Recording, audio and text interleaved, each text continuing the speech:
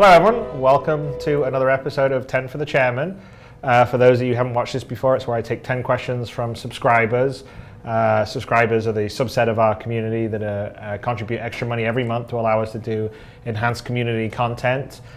So this show, Around the Verse, we do a big magazine once a month called Jump Point, where there's a lot more in-depth behind the scenes stuff, and a whole bunch of other stuff that we do is sort of financed by the subscribers. So thank you very much for allowing us to sort of share the process of making Star Citizen with the community at large. This episode, slightly special. I've got a guest, Ben Lesnick, our community manager here.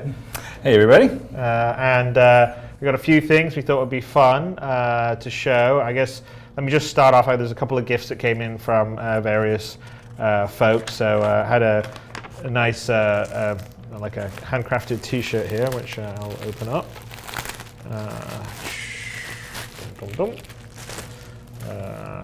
Which is kind of cool. Look at that, stitched with a hornet on the front. Yeah, it's pretty cool, huh? He knows your style. There you go, like that. Maybe slightly big for me, or at least I hope. At least my vanity says it's slightly big for me. But this is from Scurry Panda. So he says, here's a little something that I originally planned to give you at the Cologne event. The last waiting in line for the signatures was too long, so I decided to mail this over instead. Yeah, I don't blame him. It was about 4 hours of that. I know because I was on the other side signing everything. Scurry Panda sent us from Slovenia. So that's pretty awesome. So thank you very much, Scurry Panda. And then we have one other kind of cool gift, which is a little piece of, I believe, asteroid or meteorite. There we go, you see, it's kind of cool. And this is from Nate Ditto, who's a backer and an avid meteorite hunter. So I thought you guys would love to have a piece of space for yourselves, since your game's a space game. That's correct, it would be good. So here are two pieces, a full piece and a cut piece, both of which I found myself. They are Franconia meteorite class H5. Here's a URL for it, which I guess we can put up a URL later on in the show and you guys can click on it. And my game handle is Dismo Snow, there you go. I hope you enjoy and find these space franks. Thank you, Dismo or Nate. Very cool. I don't know where the other half, there it is, there's the other half. It's the one cut in half, cool. All right, there we go, thank you, awesome. So very much appreciate all those. I'll go and put this away, and then Ben's here to tell us a little bit about some fun stuff that we received a couple of weeks ago. They were shutting down the last vestiges of the remainants of Origin and Anywhere in the EA Empire, which was the closure of the Mythic Studios, right? Yep. Producer at Mythic, Jeff Skalski, happened to have all this Wing Commander memorabilia. And he contacted us and said, does Chris Roberts want this? Because absolutely, Wing Commander should be with Chris Roberts. So we have some cool toys we're going to show off. I'm glad he thinks that. Wish more people at EA thought that. Yeah, we won't go there. So we've got a couple of Chris's awards for Wing 2. These used to be in the lobby at Origin for years and years. This one's from Fnac, a French media outlet. It's for Wing 2.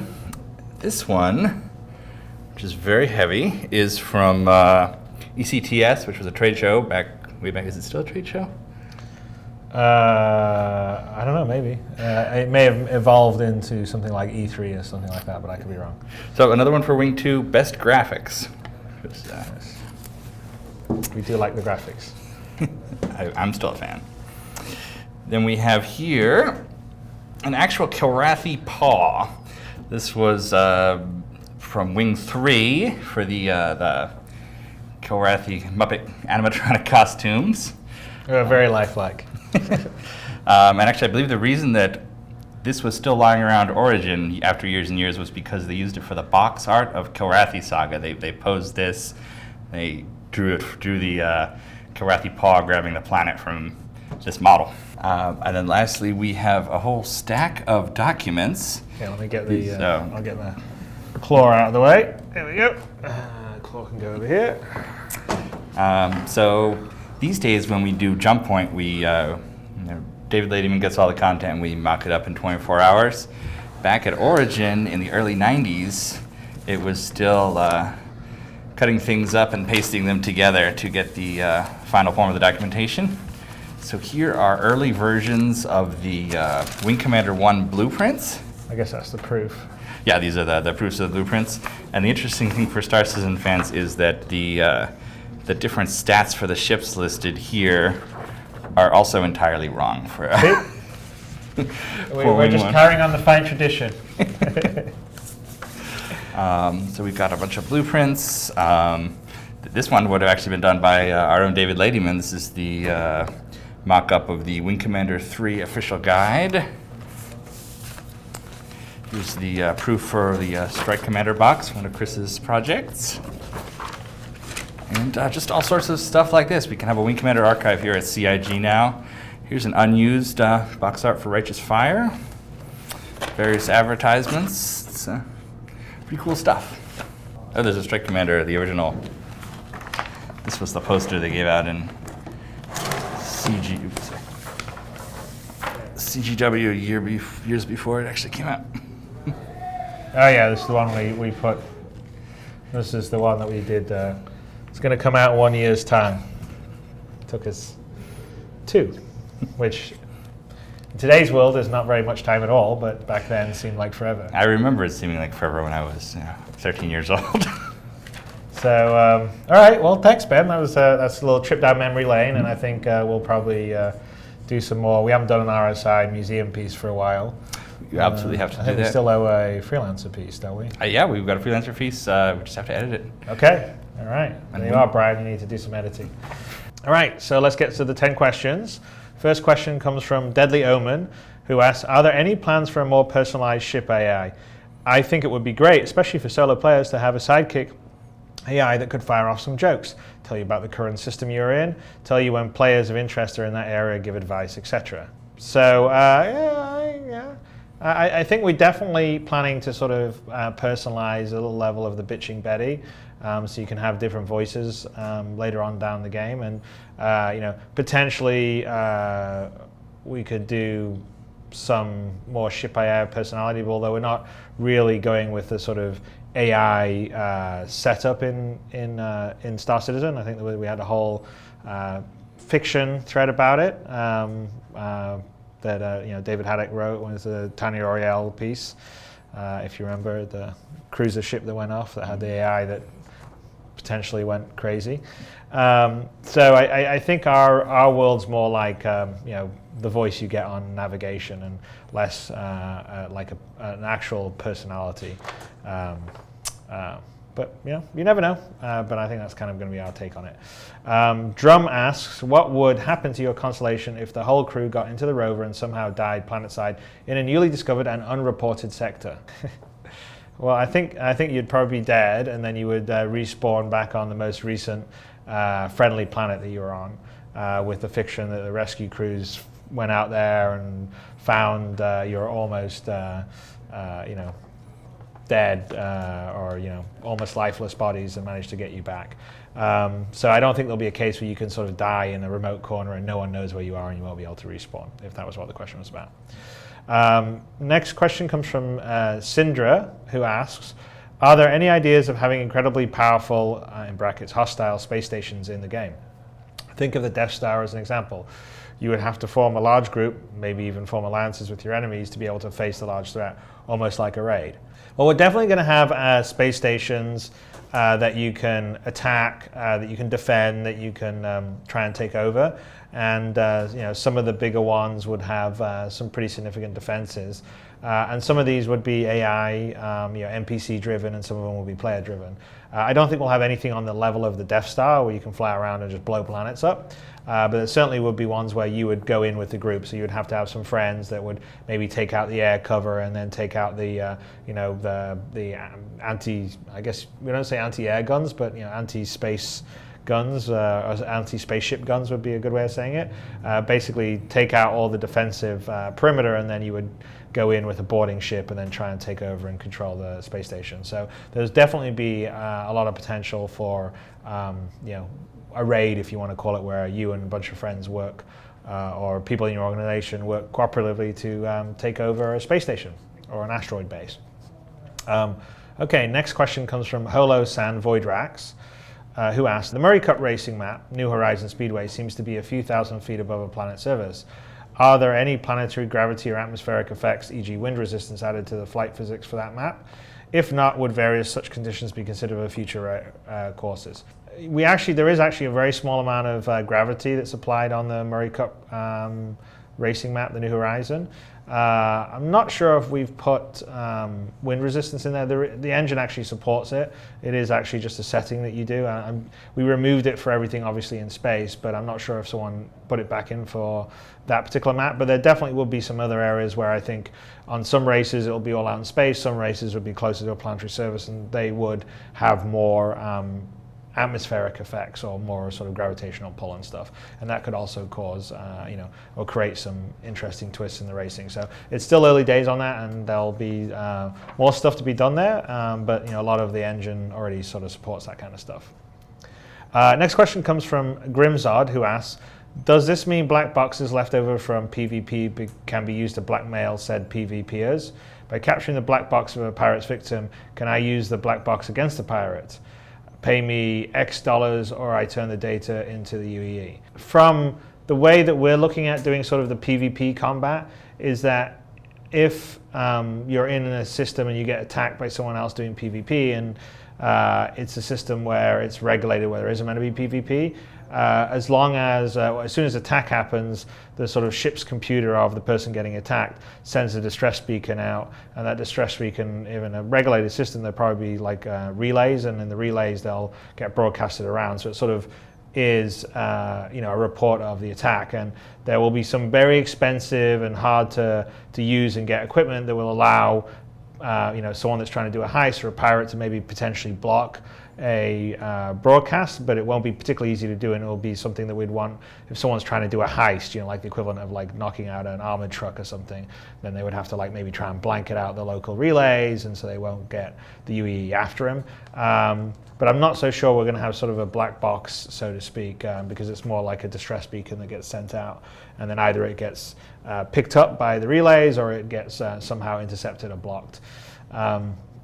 So I guess you can't really do the blackmail. Black box is kind of an interesting idea, but right now that's not kind of in the development plans. Next question comes from Lee Warren, who asks, for example, let's say some genius on a boarding party decides to throw a grenade into the bridge of Akani.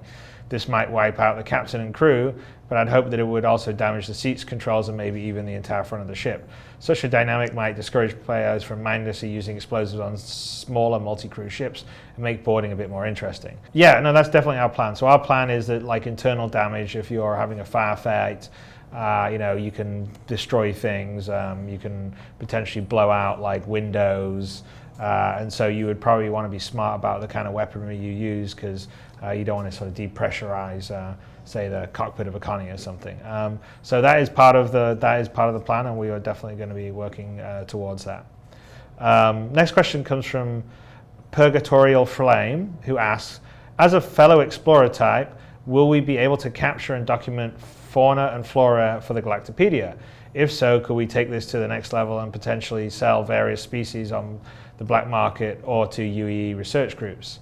That's actually a pretty good suggestion for something that like explorers could do.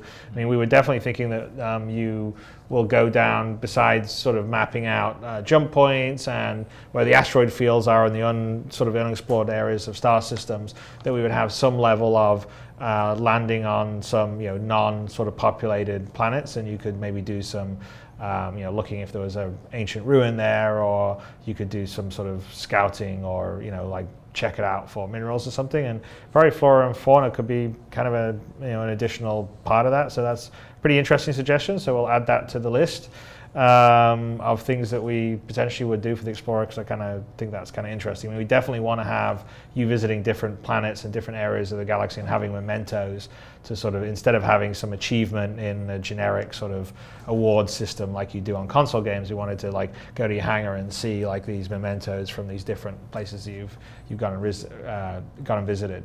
Plus, you got to get new fish somewhere. You got to get new fish somewhere, yeah. Maybe you got to go fishing for it. So anyway, that's a good suggestion. Next question comes from 22 Actual, who asks, Death of a Spaceman mentions that it's possible to have your pod rescued by another player. As a Cutlass owner, will I be able to take missions to rescue players and NPCs that have ejected? Further, will rescue missions be generated for player and NPC search and rescue teams? Yeah, no, so we're definitely planning on having search and rescue be one of the sort of things that you can do in the universe. And we sort of anticipate that some players would actually like to do that or perform a support role. So there probably would be missions generated for it. So, you would definitely, be searching and rescuing NPCs as well as potentially real players. So there you go. Next question comes from Lloyd M, or Lyd M, it's LLYDM. How are spaceports being handled? When we land at one, will we see other players' ships, or will we be in our own instance until we leave the landing pad? If we are able to see other players' ships, what would stop someone walking into one of them and flying off? Will we be able to lock them with an access code? So generally when you land on a planet, you sort of land in your landing instance. And so that's sort of that landing instance sort of unique to you. But if it's a bigger planet and you're on a bigger spaceport, there would be sort of landing areas off in the distance, which you can't reach yourself directly. And what we're planning to do in those landing areas is to sort of, if it's a big spaceport, maybe there could be 6 or 7 slots in it, and a smaller one, 1 or 2 slots. But we would have ships come and go from those landing spots off in the background, and that would be sort of determined by who was coming and going from the planet, or what NPCs were coming and going from the planet, and who you saw would be sort of dictated by who your friends are, who your enemies are, what your designated persons of interest are. So it could give you some indication of the comings and goings of other players or NPCs to a limited amount where it feels like you're on a living location, but your own spaceport instance is really only accessible by you. So even if you see this stuff off in the distance, you can't sort of jump over there and try and steal their ship. All right, last question comes from Quanick Tuck. So QANNIQTUQ. I think I said it right. I could be wrong. Quanick Tuck. How will the airspace around the planet be handled? Will we need a space traffic controller authorization to land with a specific circuit? How will it be enforced? Prohibited to land on a planet if we didn't comply, or space pilot license revoked? Can a spaceport be closed due to a lot of traffic? So yeah, generally on pretty much most of the places where you can land, you need to communicate and say permission to land, and they'll give you a landing slot, and then you'll head in, and then your ship's auto computer will sort of fly you down into the planet, into the atmosphere. You'll still be able to look around, walk around your ship, but it will bring you into your landing spot on the pad, and then once you get there, you get out. So you will not be able to sort of just bully or barge your way into a planet uninvited, basically. Whether a spaceport can be close to a lot of traffic, I don't know. The bigger planets probably not, because we can instance, obviously, so a lot of people will be coming and going. I think there'll be a certain amount of enforcing if you try to get too close to a planet, whether you'll sort of burn up in the atmosphere or the local police will come and shoot you to say you got too close. All right, that's the last of the 10 questions. Hope you guys found them informative. Also, hope you enjoyed a small little trip down sort of the Origin memory lane with some of the old Wing Commander and Strike Commander stuff. And as always, thank you to everyone out there that has backed the game. We won't be able to make the game that we're making without all your support. Thank you to subscribers for contributing extra money to allow us to do this greater amount of community content. Thank you to Ben Lesnick for showing up on 10 for the Chairman, and thank you for doing a great job of making sure all the backers are informed all the time, 7 days a week, 24 hours a day. I hope everyone out there is enjoying version 0.9 of Arena Commander. We just pushed it out the door on Friday, and it's got a lot of differences, a lot of changes. I think there'll be some getting used to some stuff. Of course, it's still a work in progress. We've got a lot of stuff that we want to fine tune, but we think it's making good progress in the right direction. I hope you guys agree. But as always, it's very early in the process, and there's lots more cool stuff to come. 1.0 is going to have a huge amount of more variety and mission types, plus full lobbies, a lot more stuff on the controls to make them work better on all different control devices. I mean, we made a pretty big change in the targeting, which works well for some aspects of certain control devices and not so well for other aspects, but we think long term it's the right way to go. But our goal is to sort of try and make sure that someone that's flying with a mouse, and someone that's flying with a joystick, someone's flying with a gamepad, someone's flying with a HOTAS setup, has a really good experience and can all kind of compete with each other. So there's still stuff to be done there. We've just put the fixed weapon aiming back in, and so that works better for joysticks than it does for mouse. The gimbaled weapons that you have, like the turrets ones you have, they actually work a little better on the mouse than it does on the joystick or the gamepads, but we've got stuff in the works for 13.1 and beyond that will sort of kind of address some of those issues. So be patient, but really try to hammer on everything would be great. I'd love to see the leaderboards getting populated and seeing who's the best at Squadron or racing or all the rest of the stuff. And thank you all for your support, and I'll talk to you next week. Bye.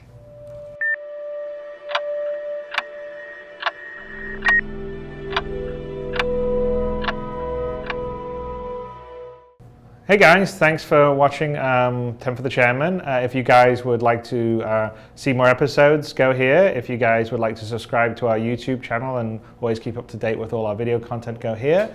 And if you guys would like to watch episodes of Around the Verse, go here please. And I will see you in the verse.